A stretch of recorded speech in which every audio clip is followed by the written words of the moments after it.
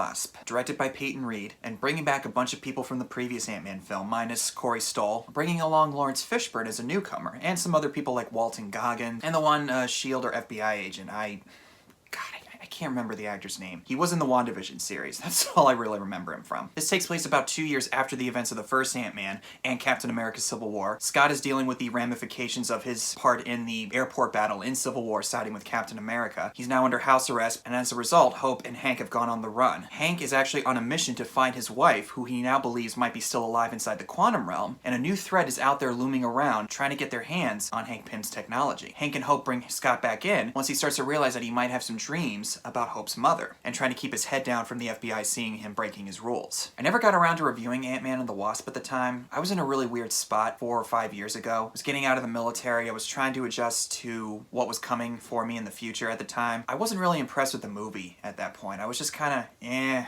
what's the big deal with this one? It just doesn't feel like anything was worth it. Except for when they find Hope's mom in the quantum realm. That I thought was actually kind of powerful. Now, having seen the other movies and having some time to process it, I didn't dislike it as much as I thought I did at the time, but it's still kind of a step down from the first one. Not to say that there isn't any good in this movie. If I had to rate it out of 10, I'd probably give it a 7 or an 8, because there's a lot of legit good moments, but there is some stuff that doesn't quite work for me, which we'll talk about as the video goes on. The humor in this movie is more or less what we saw in the first movie, although I think it's a little more serious this time. It's not as energetic and lighthearted as the first one I felt was, given the repercussions of Scott's actions, and this does take place right around the time Thanos arrives to Earth when he makes the snap. It almost feels like this movie is trying to fit the overall tone and vibe of the Russo brothers feel from Avengers Infinity War. And maybe I'm reaching too much into this, but I guess in a way that does make sense, that it's trying to let you know that there's this looming threat out there and it's not going to be really pleasant very soon. This takes place right before the snap happens, and I think it's a nice little detail in hindsight. Hank and Hope are not too happy with Scott leaving to help Captain America. Even though he tries to explain how sorry he is and he didn't mean for any of that to happen, they're still pretty bitter at him for it. I can't necessarily say that I blame them, but after a while it does get kind of insufferable. Especially when he uses the suit that malfunctions on him and they sneak into the school in order to find the extra suit. And he starts shrinking down to all these weird sizes, going up, going down, and then they start talking to him saying, "Oh, hey, sport, how was school today?" or whatever they say. I get what the intention was. Maybe for some people that works, but it felt kind of insufferable. Scott, I think, was kind of reduced to kind of an idiot in this one, whereas in the previous film, he was actually really smart since he knew how to break into certain things or break into certain places and stealing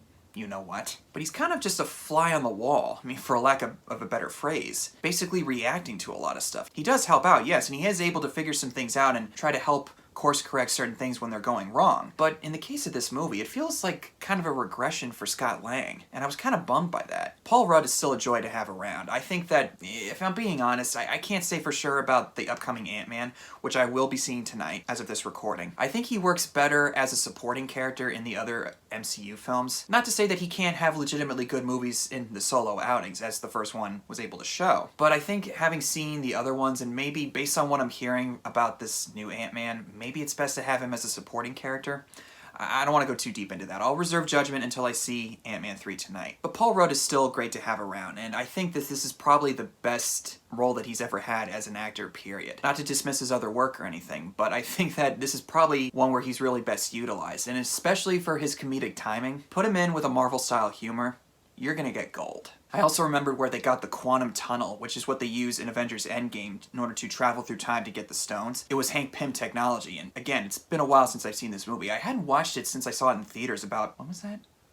4.5 years ago. Holy crow. Evangeline Lilly is fine. She's not bad in the role, but I don't really think she's that amazing. It's more or less the same thing that I felt about her in the previous film. Michael Douglas is still good. Not quite as an emotional arc as he had in the previous film, but when he gets excited at the possibility of seeing his wife again, I found that to be extremely touching. And seeing him bounce off the 3 wombats, and when he realizes what Scott is suggesting that they go to, immediately he goes, no, no, no! No! As for Michael Pena, he has his funny moments in here, but it's not quite as good. I feel like it kind of lost its mystique in a way. Although I do love what he says here when he shows up at the climactic battle. What's up?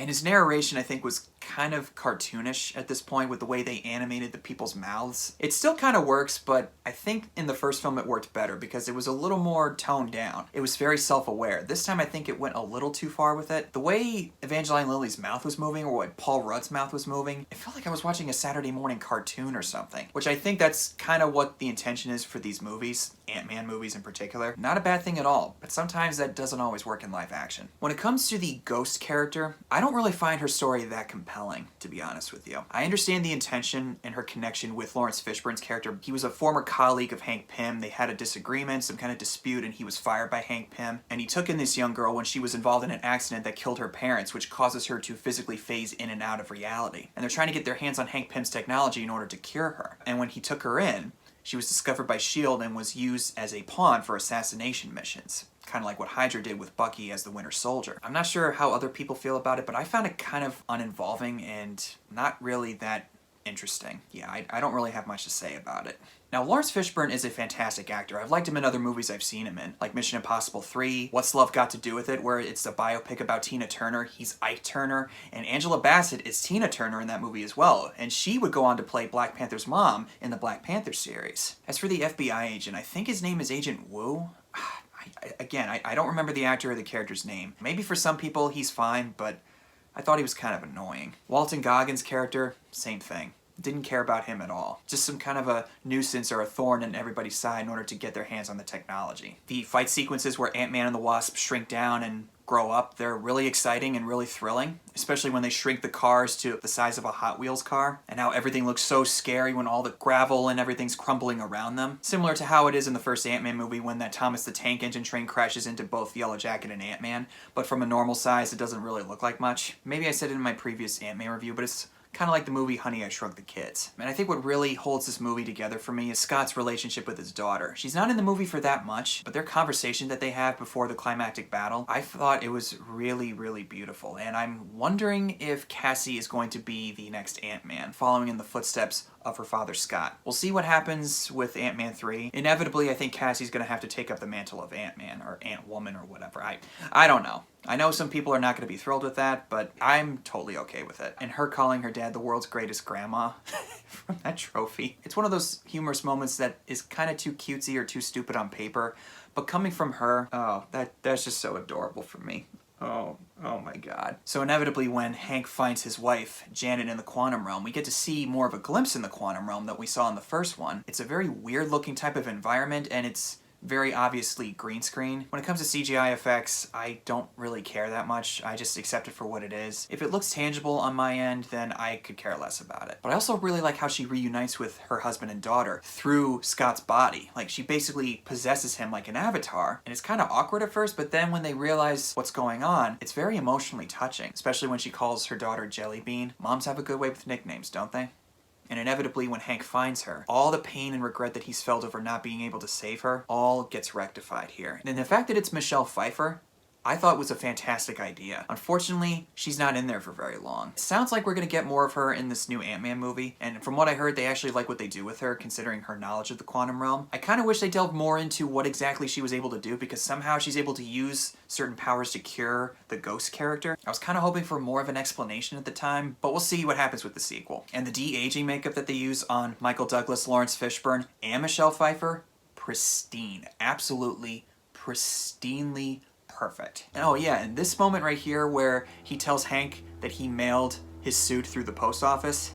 You sent my suit through the mail? Hey, the Postal Service is very reliable. You know, they do tracking numbers now, like UPS. Yes, thank you, Scott. We are certainly reliable. As for the mid-credits scene, they all test Scott in order to capture some type of matter or material from the quantum realm, but then he gets stuck, and he doesn't hear anything. Then it cuts to the real world, and all the dust is settling, meaning Thanos made the snap. Now, if you've seen Endgame, you know what happens next. I remember at the time when I first saw this, and when they showed the dust falling onto the floor, I shuddered in horror, because I knew exactly what it was, and it took me right back to how I felt about the ending of Infinity War. Oh god, that Infinity War ending, that still gets me. So Ant-Man and the Wasp is not the greatest movie in the MCU. I think that it's kind of on the same level as, I would say, Iron Man 2. Not that memorable, but not that bad either. In the grand scheme of things, now that the Infinity Saga has concluded, it doesn't really feel nearly as obnoxious as it did at the time, but it's definitely not as good as I was hoping that it would be. I might watch some of the clips from the movie on YouTube, but I wouldn't voluntarily watch the movie just for the fun of it. So those are my thoughts on Ant-Man and the Wasp. Thank you guys again so much for watching. Comment below and tell me what your thoughts are on this movie. Do you prefer this one, or do you prefer the predecessor? I most certainly think that the first Ant-Man's the best out of all the ones so far. We'll see how Ant-Man 3 is when I see it tonight, but I think on my end it's going to be really hard to top how I felt about the first Ant-Man movie, because it was very unique to me at the time when I first saw it. Might not be for everyone, and I understand, but hearing how we're going to get a more of an explanation of the multiverse and the quantum realm, that does get me excited. If anything, the third Ant-Man